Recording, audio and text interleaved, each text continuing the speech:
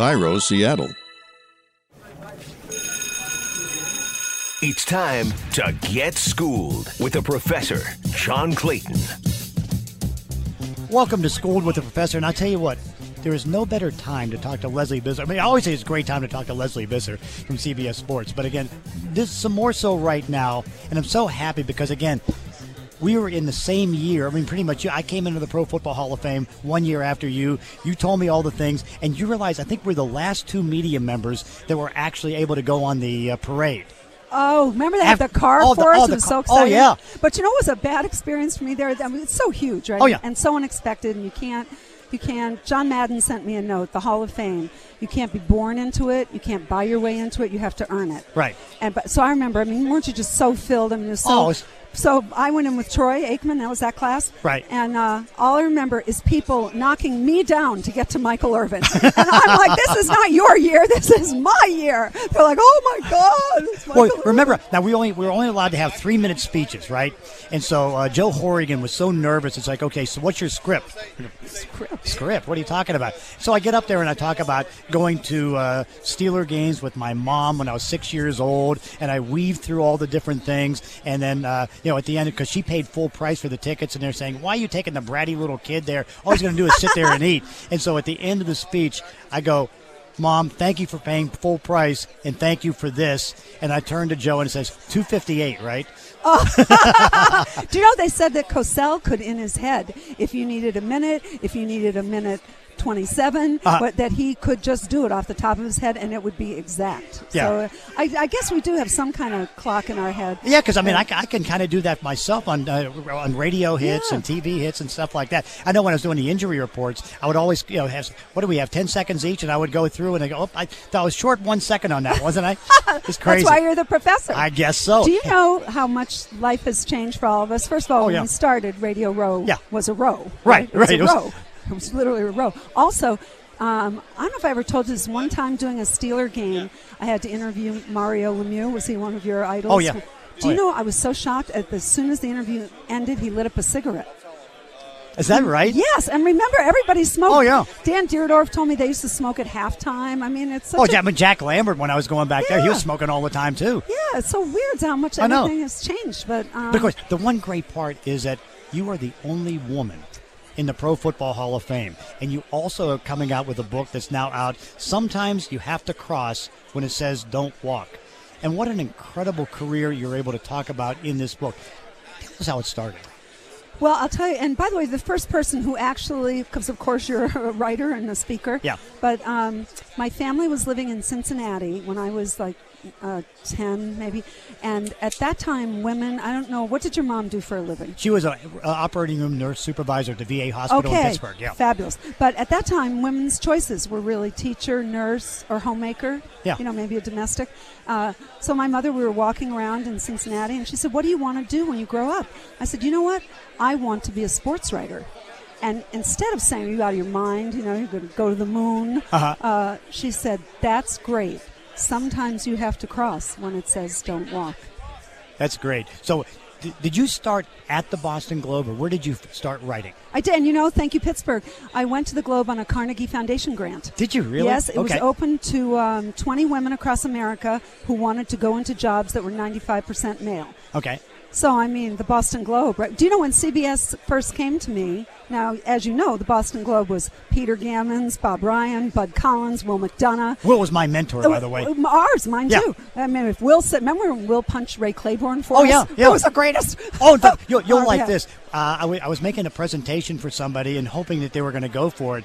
And I said, now, you got to understand, Will McDonough is really in favor of this, and you need to vote for it. And if not, he's going to come down and he's going to punch you like Raymond Claiborne. Oh, that's so great. That's so anyway. So I mean, it was an honor. I mean, I went to Super Bowls and Final Fours and Wimbledons, and CBS came to me, and they'd had, of course, the great Phyllis George. It was wonderful. Right. But they came and they said, we had a woman who knew TV, but she didn't know sports. So we want to hire a woman who knows sports, and we'll teach her the TV. And my first reaction was, why would I leave the Globe? Yeah. Well, yeah, I was the same thing, too, because I was at the News Tribune in Tacoma, and I had 3 times I said no to a full-time ESPN deal. I'd been working for him 5 years part-time, and then I said, What was that last offer? Oh, yeah, I think I'll do that. Are you? But you weren't a West Coast guy. You were an no, I'm East a Coast Pittsburgh guy. Yeah. No, in fact, you'll appreciate this being, but I still remember back in the 70s and the 80s and that, campaigning with Paula Smith from UPI to get her more access into the locker room because, you know what it was like. They wouldn't let women into the locker room where you have to get the information. They would bring somebody out. How tough was that trying to get stuff?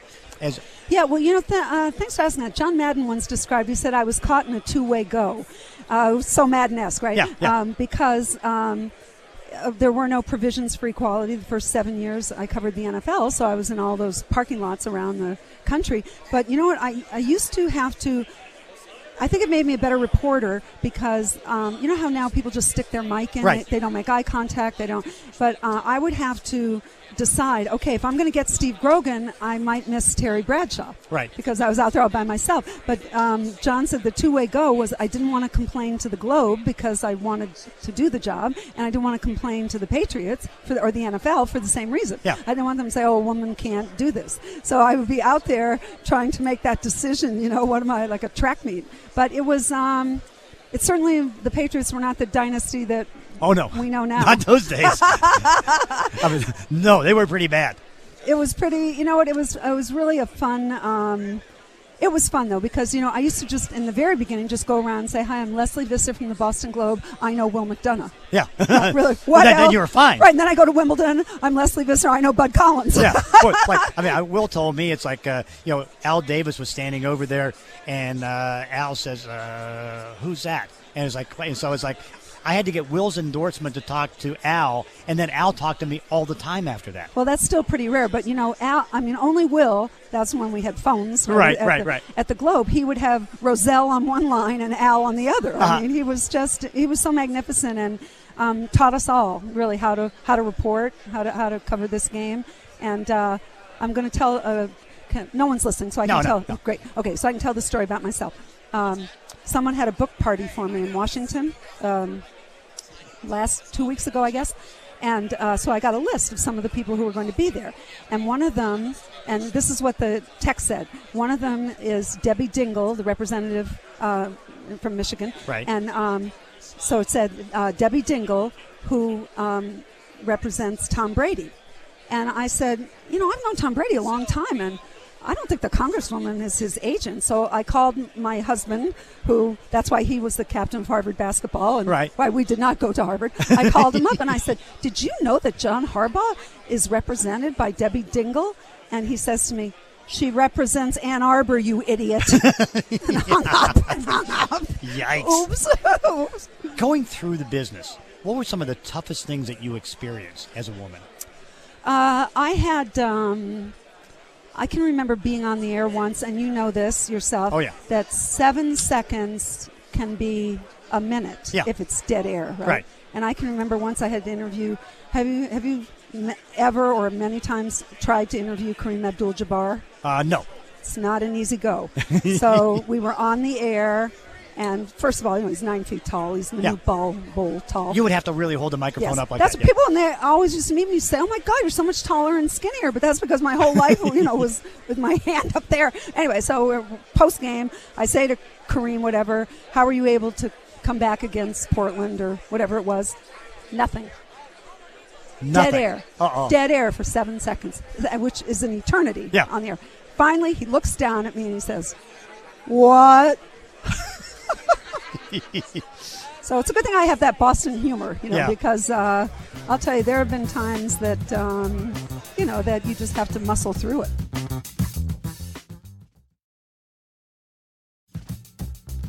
And you were such a trendsetter in helping women advance in this business. Mara Dooley, of course, my producer, is such a big fan and grew up idolizing what you did. Tell us some touching stories of people that you helped in this business. Oh, that wouldn't be for me to say, but one of my close friends is the great Michelle Tafoya, who's right here, who I've already, talked to a few times. But no, it wouldn't be for me to say. But I did decide early on, Maurice knows, that it used to be people thought, okay, the woman got the job.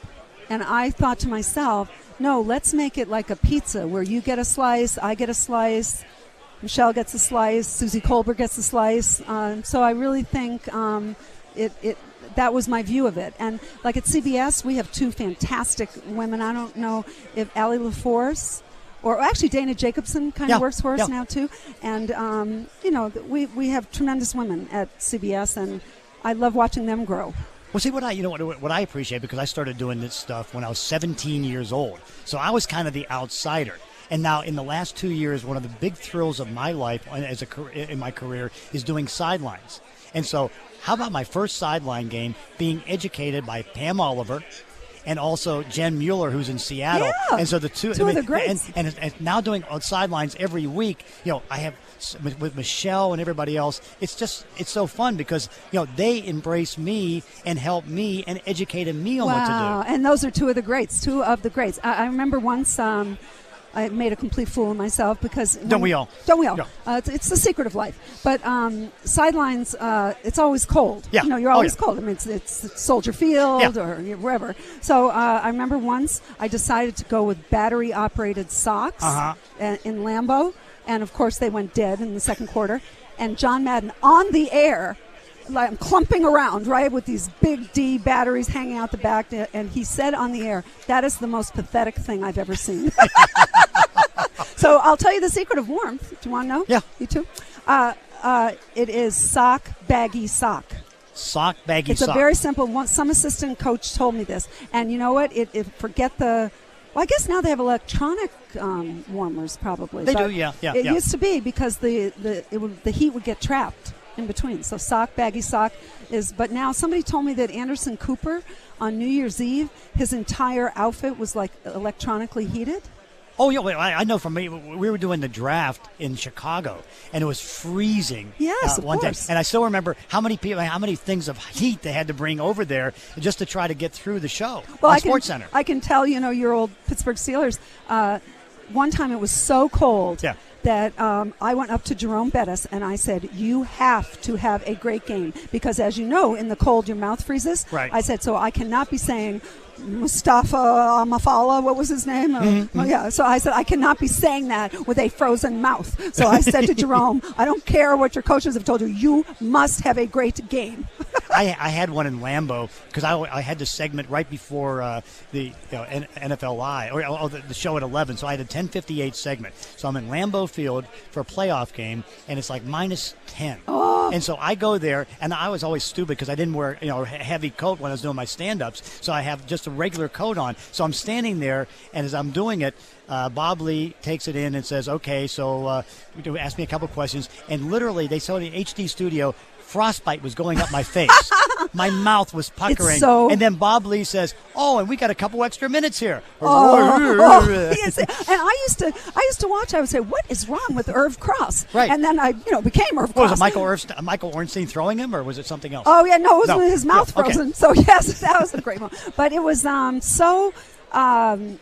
don't know if you remember. No, it wouldn't be in your sideline time. But when I first started, you could get closer to the bench, so you could stick your face in the warmer. Oh, but okay, now I only do that at halftime. Yeah, but you know how now they clear you down. Yeah. So, but that's something people at home don't appreciate when they're warm. How freezing Pam Oliver has been, or Jen. Yeah. Okay, curiously, with what's going on right now with women now opening up and telling all the bad things, tell us things that you are it's going to come out of this right now, because obviously it's sad that so many women have been so negatively affected in our business, and now they're getting a chance to fix. What's going to be fixed? Well, it's I think we're in a market correction right now, and I have been blessed that none of my bosses, which were the great Vince Storia and people at CBS and when I was on Monday Night Football, I did.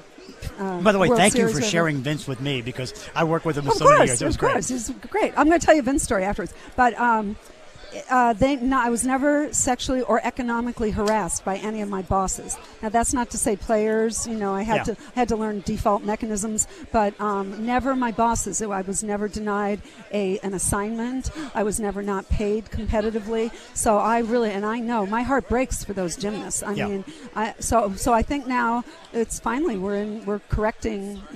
What really had gone on for a long time negatively. What do you think will come out of that correction? Oh, I think people will become more aware. They won't. and I know Matt Damon got in trouble for saying this, but I know what he was saying, that there's a difference between saying, wow, that's a pretty dress, and dragging somebody up to your hotel room. So, but I think people will become more aware and not just slap you in places they shouldn't, or I'm hopefully, I don't know. Hopefully. I was so pleased that story, as bad as it was the main story on Time magazine last year.